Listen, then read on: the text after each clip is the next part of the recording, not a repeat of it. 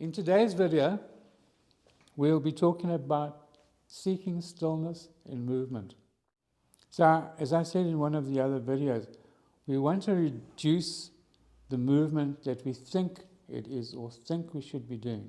And Tai Chi at a higher level becomes a state of meditation.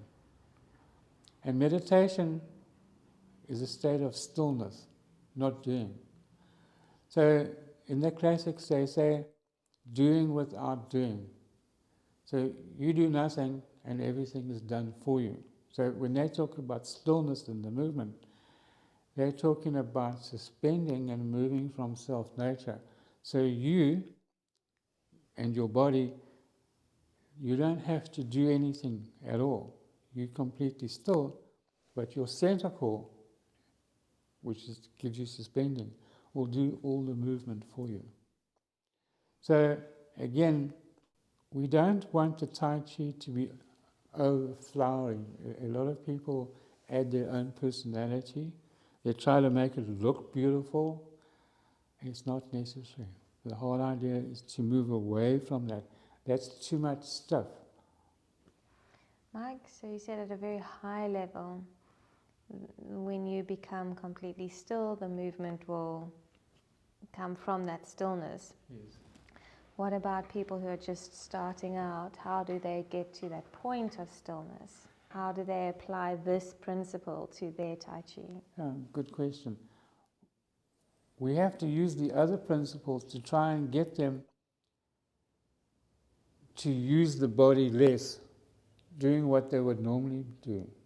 So for an instance, people would do this, holding the guitar, playing the guitar, and pull the elbow back. But it's not necessary. That's extraneous movement. Yes, because all you do is you turn your center core, but the elbows are not, the arm doesn't have to come back.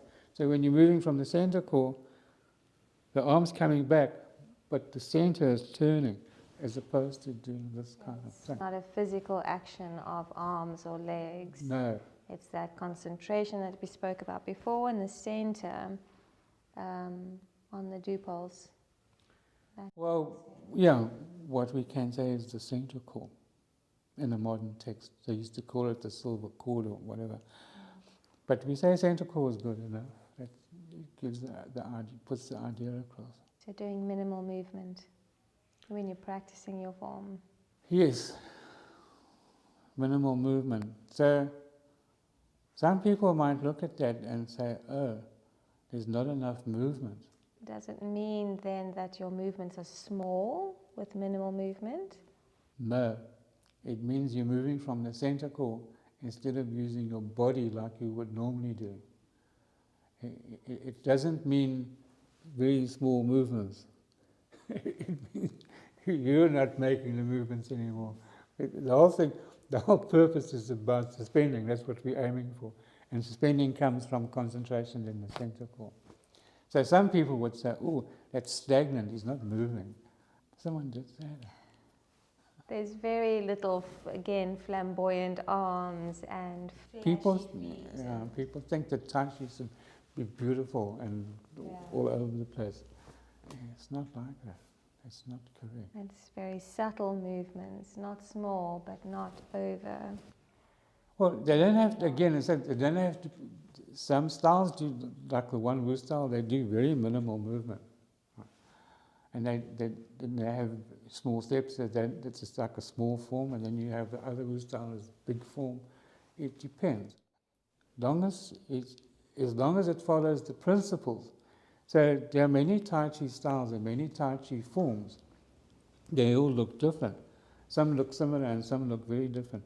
As long as you have the principles, that's the main thing, then it will be correct. So arguing about this style is better than that style, that's not the point. All Tai Chi was, originally it was created to learn how to go back to self-nature. That's the whole point, to our real reality. Applying the principles to every movement. Yes, but it leads on to other things as well. It's not just about the Tai Chi, because in ancient times, the masters They used it for doing everything, not just for martial arts or self-defense. Everybody thinks that Tai Chi is just like Kung Fu, but it's not. It's beyond that. So the martial side shows itself at a higher level. The main thing is for health and for understanding about the meaning of life. Martial arts was developed also as medicine, according to the Tai Chi principles are also Chinese medicine principles. So we want to keep everything orthogonal and in unity with our original vitality. When you stray from that, or something pushes you away from that, you become sick. So the Tai Chi keeps you on the path. So it keeps the information for life coherent, because when you live in this world, you have entropy all the time, or fate, if you like, which is continuously trying to push you off that.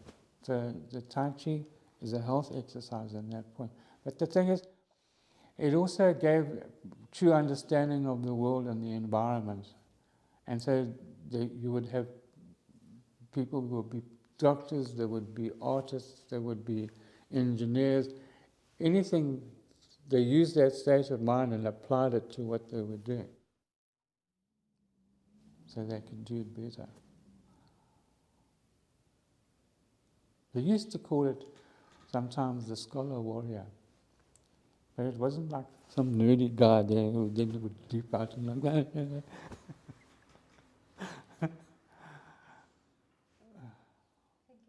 Okay.